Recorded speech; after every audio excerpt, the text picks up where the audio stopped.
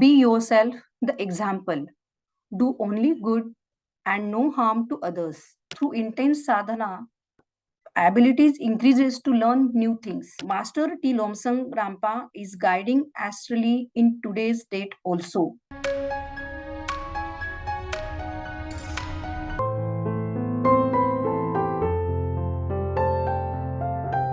Namaste to all. My name is Poonam Urankar. I am from Pune, Maharastra, India. So the book today I have chosen is The Third Eye, written by Tibetan Master T. Lobsang Rampa. So moving forward into the details of book. So The Third Eye book is written by Tibetan Master Tuesday Lobsang Rampa. So now here question will be like, what is Tuesday? Why it is written as a first name? So as per the Tibetan culture, their tradition, the newborn baby's first name will be given as per the birth of their day. So Tuesday Lobsang Rampa, because of that, it has been given. It's like about the Master Lobsang Rampa. He's one of the Grand Master in spirituality, and about 18 plus spiritual books he has written in his journey. So the Third Eye is the first and most popular book published in 1956 in Britain. So it is a kind of a autobiography of a young man's journey into becoming a medical lama, understanding and undergoing an operation to open the third eye. This book also describes the Tibetan way of lamasery life and the deep understanding of spiritual knowledge. Lobsang Rampa shares his experiences which he had taken in Chakpuri Lamasery, where he learns mystical arts like astral projection, crystal gazing, aura reading. He also learned there the secret of Tibetan esoteric sciences and much more. So this book are having total 18 chapters. So I'm going to try on the touch key highlight points from this book. So first 3 chapters are about the childhood life of Lobsang in his village and at home. So as we all know, Tibet is a vast and high altitude region in Asia, surrounded by Himalayan mountain range and several highest peaks, including Mount Everest. So Lobsang's home was in Lhasa, which was 12,000 feet above the sea level. So temperature in Lhasa was always extreme. It around minus 20 degree, minus 30 degrees. And in winter, it also goes up to minus 40 degrees. So main food in Tibet is sampa and butter tea. Sampa is made of some barley grain, and butter tea is the main food of Tibet. So Lobsang had spent his early life in a privileged Tibetan family, giving insight into both daily life and spiritual learnings in Tibetan society. So his father was one of the leading men in the Tibetan government. Now here, just to give background, in the year 1904 and 1910, the Britain and later on the China had attacked on Tibet and tried to take the control. That time, Dalai Lama, who was the main ruler of Tibet, fled to other countries, and his other countries like Mongolia and then India. So now in his absence, he had given the authority to Lobsang's father and few cabinet members to rule the Tibet. So because of that, his father was very busy person and never had time for his children. Lobsang had an elder brother and sister. His father was a very strict and very disciplined person. At the age of 4, Lobsang was getting trained to ride on a pony by a very strict police monk. Many of the times, even for the minor mistakes, he used to get punished. But even later on, at the age of 7 of his brother, and after the death of his brother at that age, the focus completely shifted on Lobsang. Then his training related to discipline in daily routine, behavioral pattern, Tibetan rituals to perform in front of senior people and lamas was intensified by his father. Friends, here is one more information giving in this chapter is like in Tibet, everything was decided by astrology. Means from buying a yak to the decisions about one's career as per the astrology. So as per on the 7th birthday of Lobsang, as per the suggestion of astrologers, he was sent to monastery for his future spiritual studies and becoming a medical lama.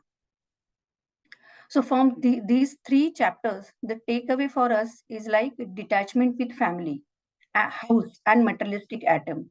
Because his father and mother, who was from the rich and renowned family of Tibet, still they never had given any kind of a unnecessary and extra attention to Lobsang.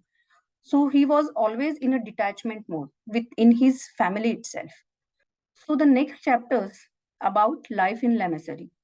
So in these chapters, it's like T. Lobsang was admitted in to the Chakpuri monastery, Lamasery, for his spiritual and medical training. It was not at all easy for him to get the entry in such a oldest and popular medical and spiritual monastery. So now here the tough test was taken by Lobsang. He was made to sit outside a temple in the campus of monastery itself in one posture, in meditation posture, continuously 3 days. He was sitting there, he sat there motionless, hungry, thirsty, day and night. It was very tough test at the age of 7. But finally, he passed that test and permitted to enter into Lamasery. So later on, also, it was very challenging for him to adopt the harsh monastic routines and daily life. These chapters also highlights the demanding routine of meditation, study, and daily physical domestic work at the monastery. They always had to remember the old Buddhist saying, like, be yourself the example, do only good and no harm to others. This is the essence of Buddhism teachings. Eventually, he learned the importance of balance between spiritual and practical knowledge. Head Lama Mingyar Dundu was his teacher, who was teaching him spiritual disciplines, knowledge sharing, and getting him ready for his further spiritual projects. So takeaway from these chapters for us like importance of spiritual discipline in our practical life. Now we all are aware that Pradeep sir has already taught us in this TOT program about the discipline, spiritual discipline, like 1 hour compulsory meditation, then 1 hour for book reading. The same way, the 1 hour for spiritual knowledge video watching and journaling, like that. So these chapters highlights the importance of spiritual life, spiritual disciplines in our life. So in the next chapters, like in these chapters, Lobsang has mentioned that he had learned about astral projection, connection of dreams, astral travel. He got to know about the silver cord, which is connected to spirit and physical body. His guru was always there to guide him and getting practice done on these new learnings. The next thing came into his life is opening of the third eye. Under the guidance of Lobsang's guru, Lama Mingyar Dundu, surgery on his forehead was carried out. He has described in detail the painful process of third eye third eye opening in this chapter. It is described in the book in a very lengthy way, in a depend way and in detail. So due to the time constraint, it is really difficult to cover here the detailed process of opening of third eye. So whenever you will read this book, friends, I will suggest go through this chapter and read slowly, because really it is a difficult one surgery which explained in detail. So after opening the third eye, here we need to understand one thing, that naturally we say that in the process of meditation, spirituality, third eye opening is happens naturally. So now we need to understand why it is done like this way. There was a reason behind this operation. As Lobsang was enlightened master in his uh, past lives already, and already having extraordinary spiritual intelligence and spiritual powers. By opening his third eye with new abilities, the Tibet government want to use it to avoid upcoming troublesome situations in Tibet and take right decisions and right time for to save their country. So that is the reason they carried out this operation. So after this ritual, Lobsang was able to see other person's aura, then spirits, different spirits, high energies, and he can also see the energies which are invisible to ordinary people, and we cannot see that. So he had also increased empathy and new understanding of suffering in others after these abilities. So, and at the end of this chapter, he has mentioned that first time he met to Dalai Lama in Potala. Dalai Lama was very happy on his success and abilities. In this meeting, Dalai Lama has clearly told Lobsang about the expectations of service from him through his spiritual abilities. After that, Lobsang had started visiting different monasteries along with his guru, Mengardundu, and interaction with senior monks. He deepens his knowledge of incarnation and karma. He also started understanding deeply the importance of duty, which led him to apply it to his abilities in service, healing, and guidance. So, takeaway from these chapters for us is like acceptance, readiness, or we can say openness for any kind of a spiritual experiment on physical body as well as psychic level led the Lobsang to his future further growth in all aspects. So we should always be open for any kind of a spiritual experiment or knowledge. So going forward to the next chapters. So now in these chapters, we can see the future further progress of Lobsang. At the age of 12, Lobsang did intense studies in the area of astrology, herbal medicines, religious ethics, and esoteric spiritual knowledge. He was passed every examination in first rank. Juro was one of the toughest part of this whole syllabus. In their daily routine, they need to recite many Buddhism prayers, mantras, spiritual laws, and principles. As Lobsang was taking training of medical Lama, now his studies also includes Tibetan medicine, detailed investigation of remedies, acupuncture, then holistic healing methods. In 12th chapter, deeper information about medicinal herbs, their ancient manuscripts, dealing with herbal cures, different names of herbs, and their uses on chronic diseases are mentioned in detail by Lobsang. So takeaway from these chapters, we can see that through intense sadhana, abilities increases to learn new things. You never pull yourself back. You always ready for anything. You always ready to learn new things. So we can see this we can see these takeaways from these chapters. So moving forward to the next chapters.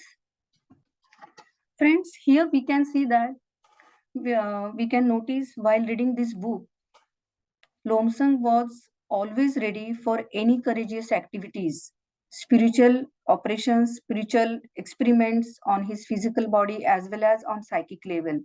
His openness led to his further growth in all aspects. So as we all should take this inspiration from Master Lobsang Rampa. We should not uh, take doubt on ourselves anytime.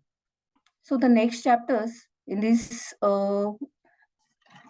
now as mentioned in these chapters, T. Lobsang Rampa now become a certified medical Lama and had begun to serve in Dalai Lama's court.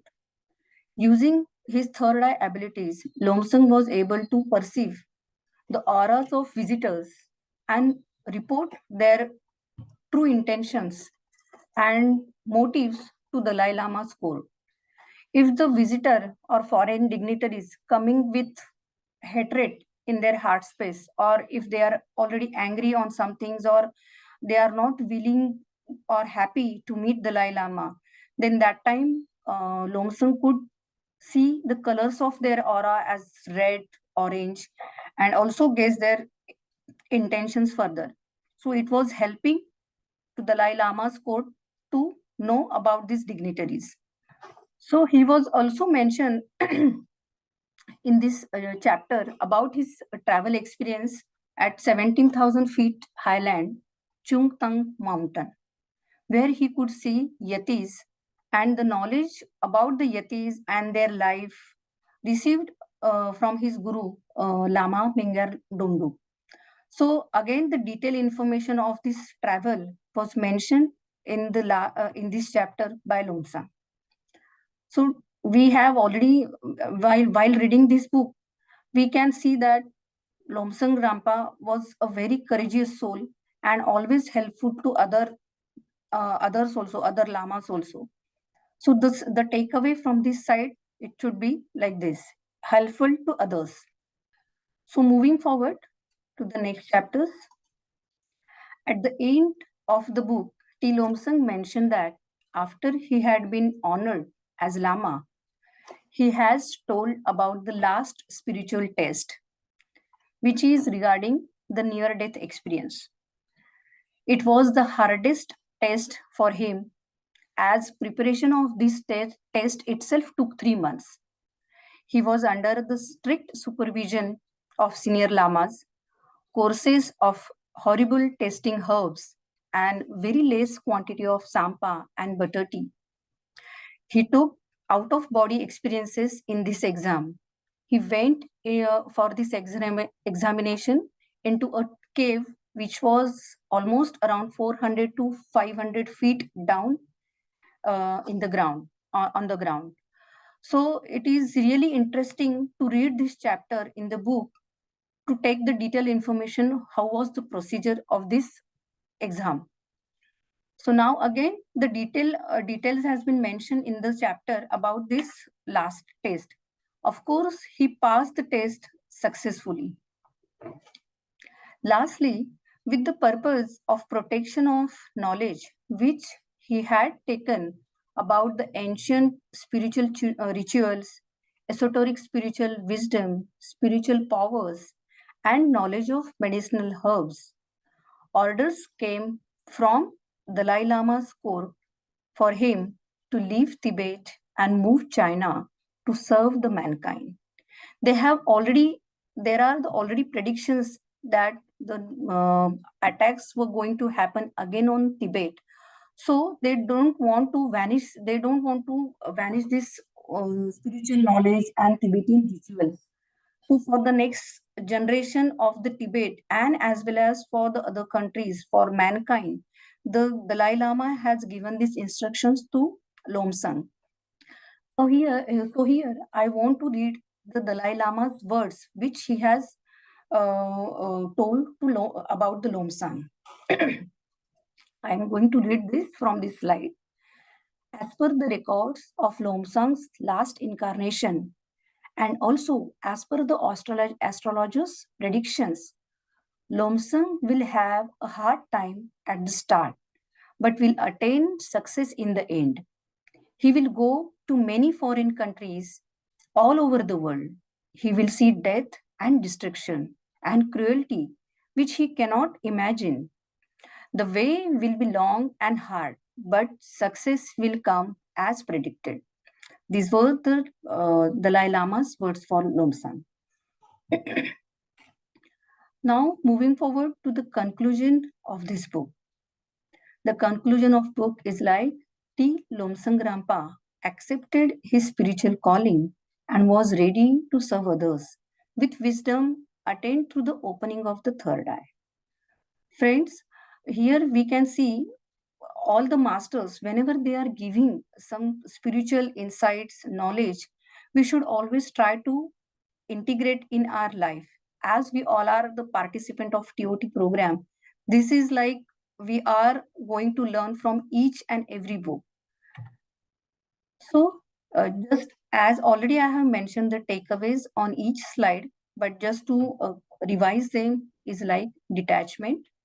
For me, it's like Pradeep sir had already given us the formula of 50% attachment and detachment in our lives. So we are going to follow that.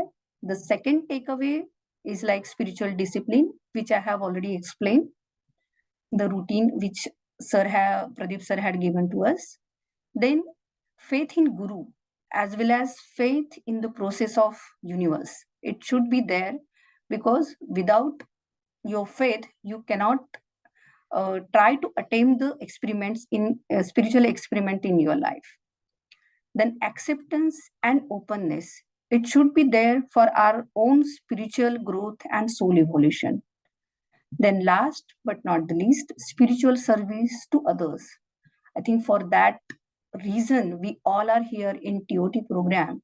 We want to teach meditation, we want to do spiritual service, and we want to spread this meditation to all the students and others on planet Earth.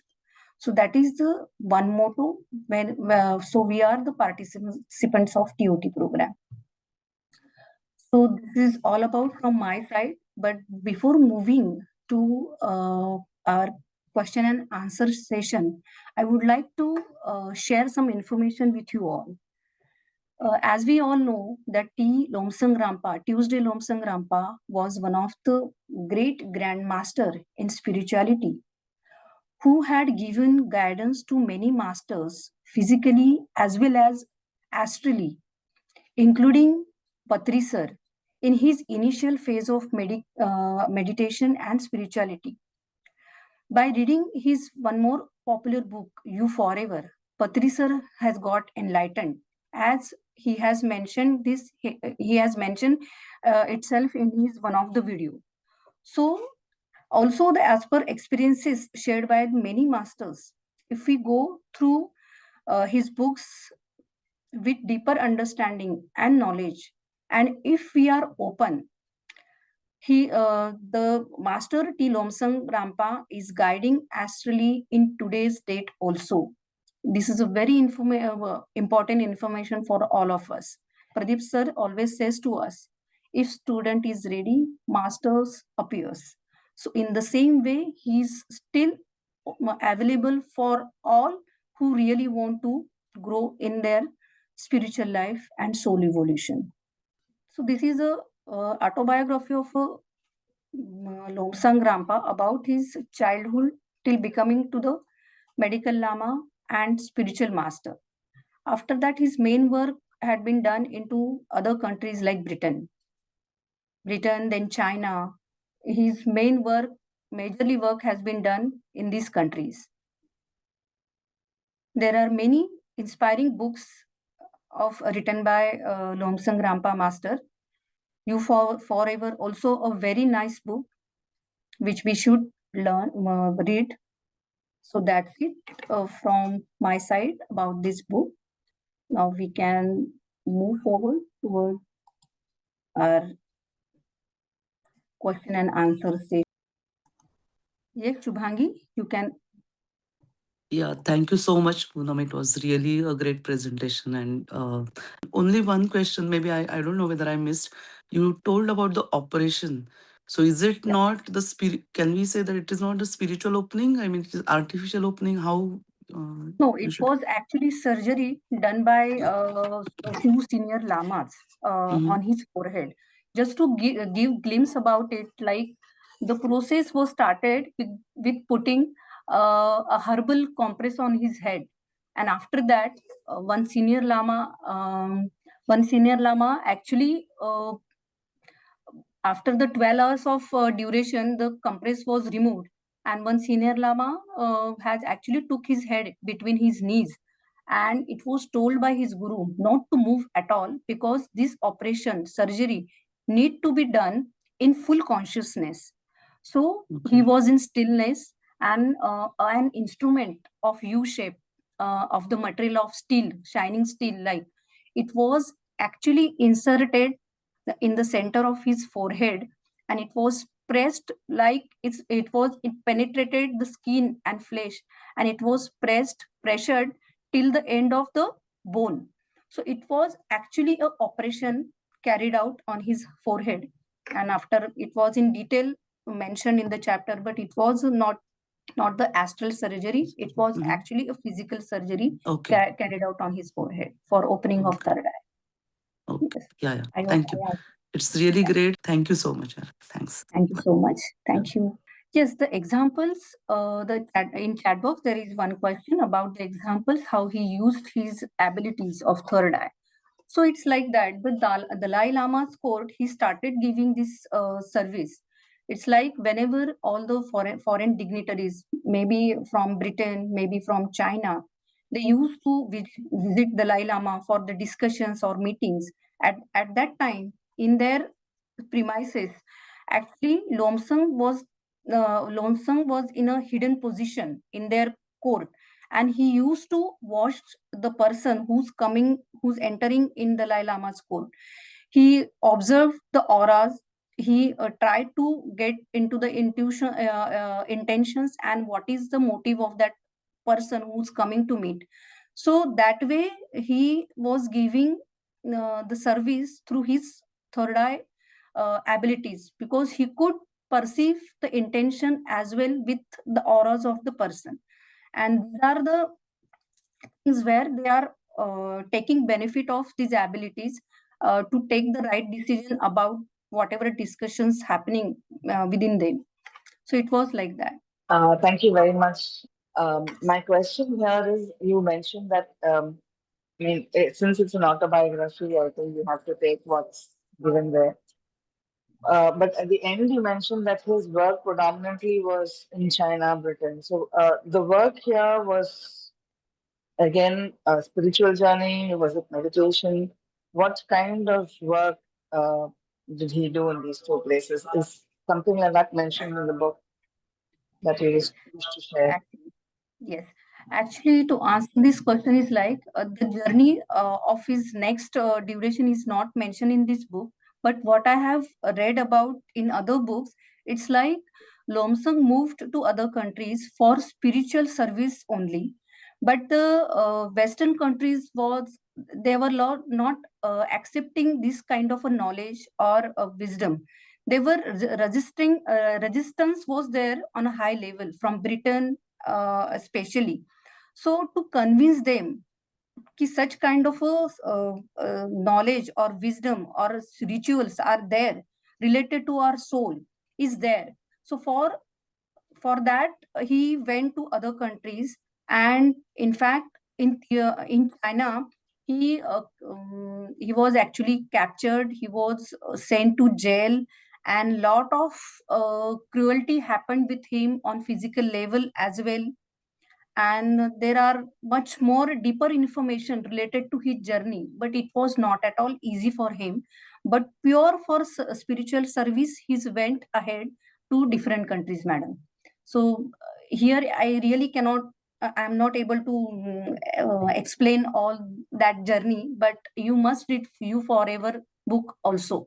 You will get You forever. everything in that. Yes, You Forever by T. Lobsang Rampa. That is also one of the wonderful book. So thanks to Pradeep sir for this beautiful Swadhyaya activity.